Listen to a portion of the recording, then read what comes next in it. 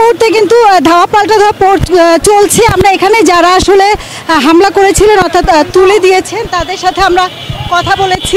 তারা যেটি বলছেন যে এটি আসলে এখানে যারা আসলে তুলে দিয়েছেন তারাও কিন্তু জুলাই আহত, এবং তারা যেটি বলছেন যে এখানে ভোগান্তি সৃষ্টি করা হচ্ছে, এমন একটি অভিযোগে তাদেরকে তুলে দেওয়া হচ্ছে। আমরা একটু ডিসির সাথে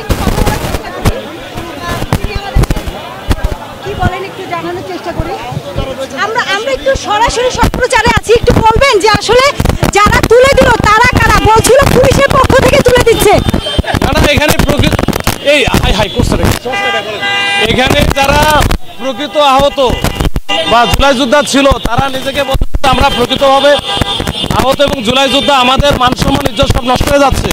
গতকাল থেকে তারা অযৌক্তিকভাবে এই যে এখানে শাহবাগের মধ্যে মোড়ে এরা অবস্থান নিয়ে সাধারণ জনগণের বিরুদ্ধে অবস্থান নিয়েছে, যাকে তাকে আওয়ামী লীগ ট্যাগ দিচ্ছে। এটা এদের মানসম্মান নষ্ট হচ্ছে এই বলে তারা কিন্তু এসে এই যে তারা আজকে অবস্থান নিয়েছিল তাদের বিরুদ্ধে তাদেরকে দাওয়া দিচ্ছে, এরা চলে গেছে।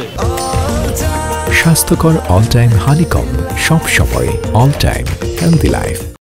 এই হচ্ছে পুলিশ জাস্ট খালি যেন দুই পক্ষের মধ্যে বড় ধরনের ঝামেলা না হয় এটা ঠেকাইছে, এইটুকু। আপনি শুনছিলেন যে এখানে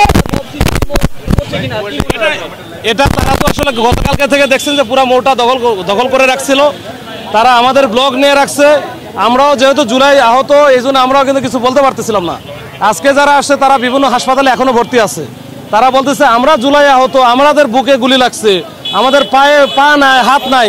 তাহলে এরা কারা? পরে ওরা যখন শুরু করছে আমরা চাইছিলাম যে দুই পক্ষের মধ্যে যেন হতাহত না হয়, সংঘর্ষ না হয়, এইটাই আর কি।